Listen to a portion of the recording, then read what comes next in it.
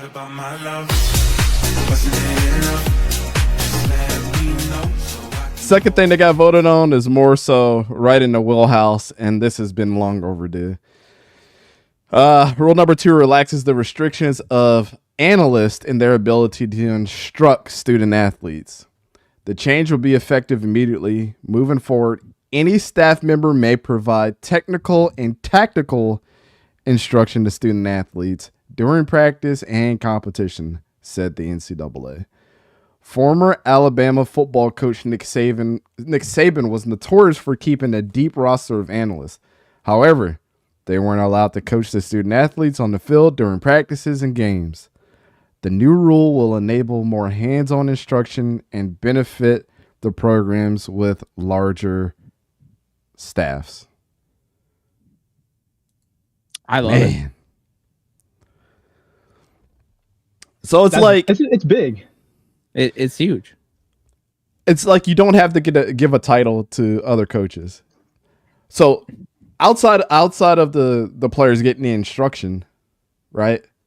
Mm-hmm. I think it helps with having a hierarchy of things that you can do as a coaching staff. Coaches come and go as you win games. And then coaches come and go when you lose games. But the people that are winning, how do they prepare those next guys to step up in that spot? Maybe there's a defensive coordinator that's been an analyst for a while, but you really can't see his coaching style at all. Or let's say there's a wide receivers coach that had some family stuff he had to deal with and couldn't show up for a week of practice, but has had this analyst that's been with them taking notes, and in those meeting rooms, that's the next man up to be able to come in and show what he's about a little bit. Like there's a lot of stuff that is happening. Coaches are only one person, but it's always nice. Like up here, I couldn't do this podcast without both of y'all. Yeah. But how am I supposed to prepare myself if I have to go on vacation or something for somebody to fill in without me feeling like, oh man, I need to be there and do it. Like that's the vibe I get from this. Like the last 2 shows, NFL and college, you're able to trust us because we know what we're doing. You know that you don't got to worry about anything at all. And that's what these teams are going to feel too. It's going to help them out in the long run as well. You're going to have these analytics guys who have to have some weird positions for the more bigger roles, like who they want to talk to these athletes.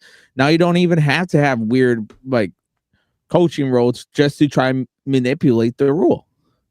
It's going to help out these programs like Alabama with Nick Saban, who viewed the bonus of having a deep roster of analysts to help them out, help them prepare for games, and help them win games. A reason why they had the championships that they did. And now you're going to have these guys. I love Don in the comments. Got to love the analytics. And then you're going to have teams who are now going to be able to be like, okay, I can now do this. And it's going to help build up other teams' programs as well.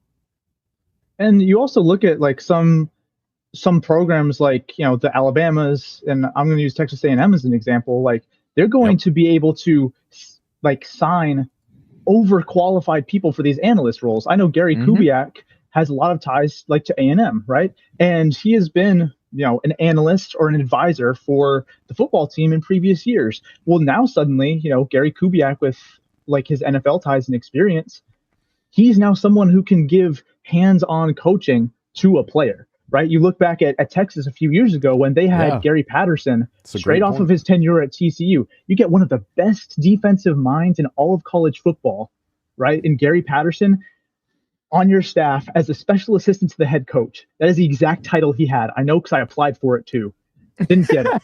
But look, he was the special assistant to the head coach. Now, to a lot of people, that could mean literally anything. But now suddenly you can sign coaches like Gary Patterson, like 𝗕𝘂𝘀𝘀𝗀𝘀 to an analyst role as an overqualified coach. And now suddenly, right, they can go out there onto the field during practice and you can get coaching from an analyst, sure, but someone who has head coaching or coordinating experience at other schools, which I think it benefits a lot of programs. And for example, too, last year, Texas hired Paul Chryst into a role, an analytic role. And this year I haven't seen. I Gary believe Patterson's there too. Yeah, from and TCU. what Paul Chryst is going to be able to do with Texas is take his knowledge from coaching guys like Jonathan Taylor and use that knowledge he learned from coaching some of the best college football running backs, coaching from RBU, and bring it to Texas and help out their run game. Imagine he was able to do that with Jonathan Brooks last year, how much better he could have been. Because let's be honest, Paul Chryst probably sees, hey, let's go more left side. Let's improve that type of thing. And he's going to want to do that. Not to mention Texas recruits some of the best running backs in the country and develop them at a higher rate. They've had 4 running backs drafted in the last 2 years. And, like, adding Paul Chryst for them is going to be a game changer. Because, I mean, you're just getting another guy with top tier. Again, like, he's overqualified for an analyst role, but now he can be out there coaching up the running backs. Exactly. Which it's almost like the rich getting richer, but in a sense, you know, it's going to help maybe some of them want to get back into having a larger role in coaching. They can suddenly use it as a springboard again to go to another program. Exactly. And that could help, like Paul Chryst goes from Wisconsin, where it didn't end well, to Texas. He was part of a team that went to the playoffs last year, a team that has expectation for a national championship. And if they can go there, that might help him boost up and go to a program like, let's say, for example, I know it won't happen, but let's just say Duke. They're a smaller school I can think of. I know it won't happen. They just got a first-year coach. They're going to roll a little bit. But a school like a Duke, who has a head coaching vacancy, and they saw what he did at Texas, helping out the run game improve. And then, of course, his very good career at Wisconsin before it went downhill. And they're going to be like, okay, he knows how to recruit. He knows how to improve the offensive line, how to get the running game going. Let's give him a shot. It's going to help some coaches who are trying to rejuvenate as well. Yeah, the big thing about Texas is like I was saying, Garrett Patterson was there as the assistant to the head coach. Now Paul Chryst is there, assistant to the head coach. And it elevated Gary Patterson, which is, I know we're talking about the Big 12. This is Big 12 day. He's a consultant at Baylor. Which means, he's going to be able to be out there helping those guys, helping that defense. He knows the conference inside and out. I mean, I think it's an excellent move for the players' development. I think it's great for the coaches because it allows them to be more involved with their current program. And as we were just talking about, they can use it as a springboard to land their next gig, which, I mean, people do that all the time. I mean, I know Tom Herman, I forget where he's at now, but, he was a Tom consultant Herman, for the Chicago Bears. Isn't he at FIU? I don't quite remember. FAU. Yeah, because Tom Herman was the reason why he was the coach during when Casey Thompson transferred, and he transferred, and then he got hurt. Yep, and now he's at Oklahoma as a preferred walk-on. Like, you look at, like, you just take Tom Herman for example, right? Tenure at Texas didn't end well. He goes out to be an analyst with the Chicago Bears, and obviously, like, it's a little different being in the NFL, not the same role as an analyst, but still, he used that role as a springboard to land his next coaching gig, going back to the college game, right? And so it's commonplace for coaches to do this, and now they have a way to be even more involved. I just think it's beneficial for all parties. Oh, shout out to Casey Thompson, by the way. Everybody go check out the video called The Quarterback Crossroads. That's one of my favorite you know, videos you ever done. know. Shameless plug. Oh, man, him and JT Daniels. The two shameless my heart. Go check out my heart just shameless sank in my plug. stomach. Go check out the updated merch store as well. For doing shameless plugs. Oh my god. Yeah, go check it out. Go check out the merch. But yeah, wrapping this one up, man. NCAA Division 1 voted items. Those are the 2 that they voted on that are going into effect immediately. 2 very good ones. Usually I walk out of these, not me personally walking out, but usually I walk away from reading the articles about what they've approved, and I'm just like, this is pointless, or this is not affecting anything right now of value. But these, with the 12-team playoff, the marijuana thing totally helps out.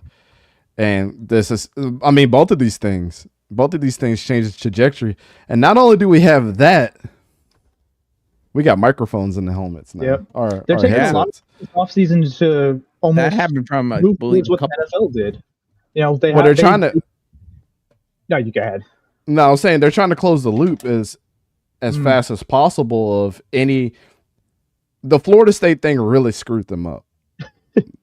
I mean, to be completely honest, this was a catalyst to like, we got a new playoff system coming in.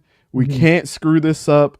We got to give as much power to these coaches and teams as possible to make sure that the level of the level of difficulty of proving a point of what teams should be where and what teams should win what game and how they won and things like that. The cheating allegations. They got like 10,000 pounds hanging over their head and they had to make a decision on what to do. That's kind of how I feel with these two things. It's like we've been making decisions all off season. Headsets and things. Okay. Totally clear up having signals or out of the Stone Age. Even when I was in high school, we were using microphones and and headsets in our helmets, so we clear up that. Then we clear up the marijuana thing. And then now coaches are able to coach and have a hierarchy officially. Like, it's great. It's great. I love it. And now we get 12-team playoffs. I can't wait.